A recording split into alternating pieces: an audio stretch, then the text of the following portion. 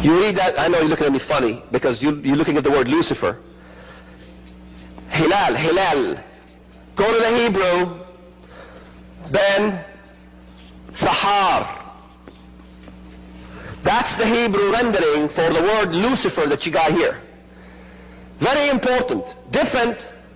Hilal is an Arabic word, Aramaic, Ethiopian, Chaldean. Hilal means brightness and also means crescent moon. Son of the morning, Sahar, the morning star. Now, you know that when the Gideon plucked away the crescent moons from the camels' necks? Remember that verse I shared with you? He plucked what? The Saharon, the crescent, the Sahar, son of the crescent also. The morning star, the whole thing, his nicknames. God loves nicknames. And by the way, most Americans think that here he is talking to the angel Lucifer in his heavenly realm or being. No. He's talking to Antichrist. He's calling him, you're a crescent. You don't believe me? Say this is not talking about Antichrist. This is talking about the angel Lucifer. Tell me that. It is about Lucifer, yes. It is about the devil, yes. But it's about the devil meeting the body of Antichrist as he's cast out of heaven as a star, rejected, down to earth to take over the world. Look what it says. Look at verse, that's right, verse 16. Those who see you will gaze at you. He's captured finally, right? And consider you saying, is this the man who made the earth tremble? When was Lucifer a man? The 5 eyes, you know, I will and I will and I will and I will. These are the declarations of Antichrist. He will sit on the sides of the north. And there you have it. It's all over. Now you go to the rest of the chapters of Isaiah. You go to chapter 15. It's talking about Moab, Jordan. Chapter 17, the burden against Damascus, Muslim country. Chapter 18, Cush, Ethiopia. By the way, in chapter 18 of Isaiah, Ethiopia, Cush, is not what you think as modern Ethiopia. You got to go to the Bible dictionary. For the word Cush is the landmass south of Egypt. And what is south of Egypt? Sudan, Somaliland, Muslim. Chapter 19, behold, that's the one I shared with you, the Lord rides on a swift cloud and will come into Egypt. Will come into Egypt. Remember the first one? He's going to destroy Egypt. They all come at the end at the same time.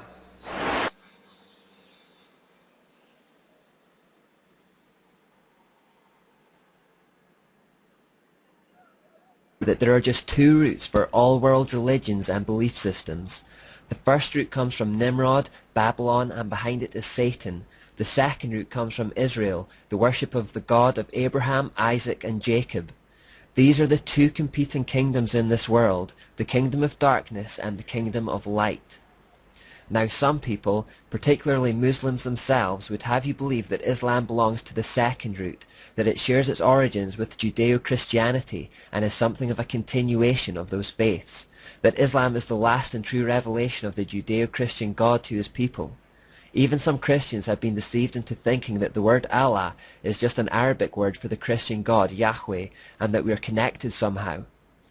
While we can't go through every religion one by one to show the links to Babylon, it's worth taking a little time to study Islam because of its prevalence on the world stage right now.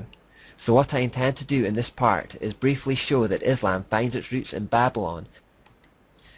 The beginnings of Islam go back to Muhammad, who was born in 570 AD in Mecca, and who is revered in Islam as the last great prophet of God, usurping the authority and preeminence of Moses, Elijah, and even Jesus himself. Because religions tend to assume the character of their founding figure, this is the best place to start in understanding Islam. The Muslims have one holy book called the Quran, and several other volumes called Hadith, which are oral traditions relating to the words and deeds of Muhammad. Hadiths are considered important tools for determining the Muslim way of life. Sahih al-Bukhari and Sahih Muslim are thought to be particularly authoritative. According to the Hadith of Bukhari, Muhammad used to retire to a cave alone where he would spend long periods of time, several days, praying to Allah. It was in the cave that he experienced an encounter with an angel who apparently gave him a revelation from God. The angel asked him to read some writing, whereupon he replied that he couldn't read.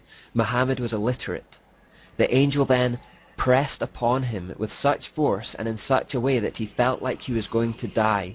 Clearly it was a distressing experience. Upon returning to his wife Khadija, he is reported to have been terrified, indeed his neck muscles twitching with terror, and convinced that he had encountered something satanic. Now his wife Khadija had a Roman Catholic cousin called Waraka. Khadija ran to Waraka to report this experience to him to see if he had any insight from his Catholic religion.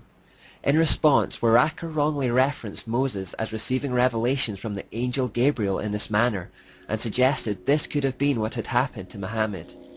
The angel Gabriel is in fact only mentioned in the Bible 4 times, twice in Daniel and twice in Luke, and never in relation to Moses. After hearing about this, however, Muhammad's mind was changed about who he had just had an encounter with. He began to think of himself as a prophet who had been visited by an angel of God.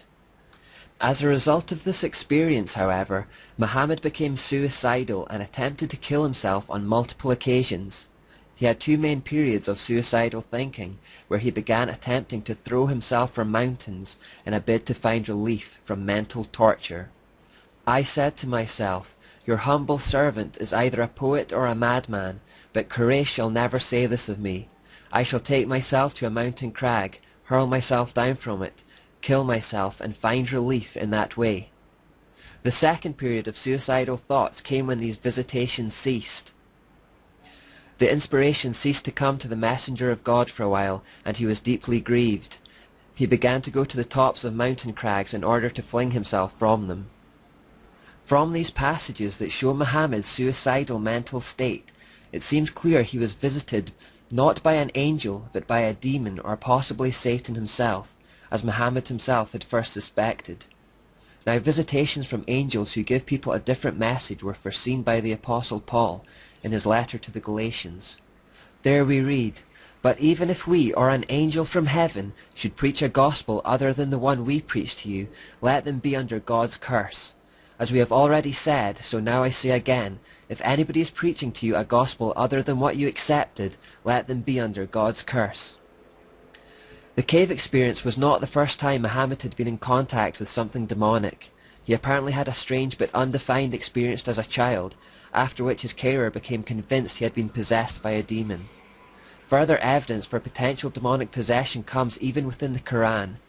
In Surah 81:22-25 and Surah 69:41-42, people claim that Muhammad was inspired by the devil and something of a madman. Further evidence of Muhammad's mental disturbance is to be found in the Hadith of Bukhari, volume 7 and number 660. For a whole year, he was so bewitched and befuddled that he thought he was having sexual relations with his wives when he wasn't. This is a strange scenario which can realistically only have 2 explanations. Either mental illness caused him to hallucinate, or he had some kind of sexual encounters with demonic entities.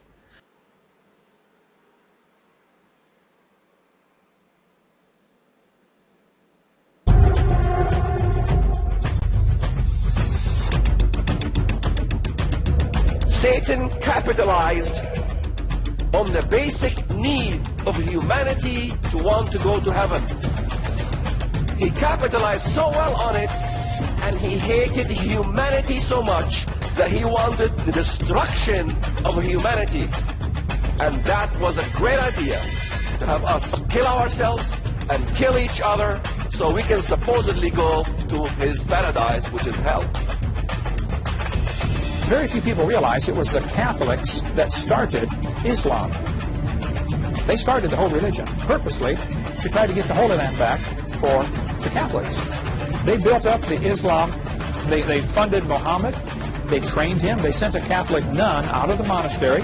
They said, "We want you to come out of your convent, go find a young promising Muslim, marry him, and train him to raise up an army of Arabs to go take back the Holy Land for the Mother Church. It started to work, but then it failed because Islam got so big, they said, well, forget you, Catholic, we're doing what we want. And I don't think most Muslims, which is now, what, 10-20% of the world population, Islam, I don't think most of them know that they're really started off as a front for the Catholic Church.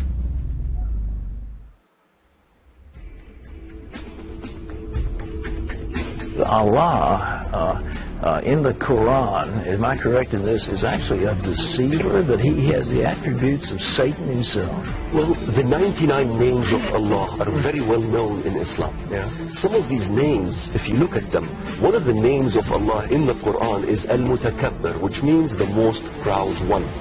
When I read the Bible as a Muslim, and I saw the most proud one in the Bible was Satan, or Al-Mumit, the one who causes death. And that's the problem where Muslims cannot see the truth from the Bible. But the one that they say is Allah is the most proud one? The most, we say Al-Mutakabbir, Yeah. it's the Al, like the Elohim. Yeah. Al is the most proud one, so the most proud one is Allah. But that's really Satan. Exactly. And it's worse than that, because he's the one who causes death, Al-Mumit, Al-Makir, the great deceiver. Yes. This is the names of Allah in the Quran. In the Quran it says وَيَمْكُرُونَ وَيَمْكُرُ اللَّهُ وَاللَّهُ خَيْرُ الْمَاكِرِينَ. Allah is the greatest of all deceivers. So it is okay, that's why Islam has deception in war. That's why Islam offers hudna, or a peace treaty, to non-Muslims up to 10 years, but they must break the peace treaty somewhere. So a hudna is a treaty, it's actually not a peace treaty, it's a ceasefire. In Islam we're allowed to have a ceasefire for two reasons. First, reason number one, to gain concessions. Yes. Reason number two, to deceive the enemy and destroy them in the end. Ask the Muslims, how do you know how do you know Muhammad was a prophet? They'll say, well, he had a mole on his back. Holy moly. That's how you know he's a prophet, because he's got a mole on his back. I've got a mole on my back. Got one right here on my cheek. Man, I must be a double prophet. In one of the Muslim verses says, Muhammad asks the question, when I am dead and buried in the ground and go back to dust, is that all? What will happen to me? Muhammad himself had no clue if he was going to heaven. This verse in the Quran says, when he reached the setting of the sun, he found it set in a pond of murky water. Would that be scientifically accurate to say the sun sets in a pond of murky water? No. I would say the earth turns around and the sun, appears to go around the earth. This is not scientifically accurate. The Quran has loads of scientific errors. It's not a holy book. Allah commands any person who leaves Islam or encourages others to do so should be seized and slain. There are over 100 commands in the Quran to kill people who won't convert. Anybody that won't convert has to be killed. Islam is a religion where God requires you to send your son to die for him. The Bible is where God sent his son to die for you.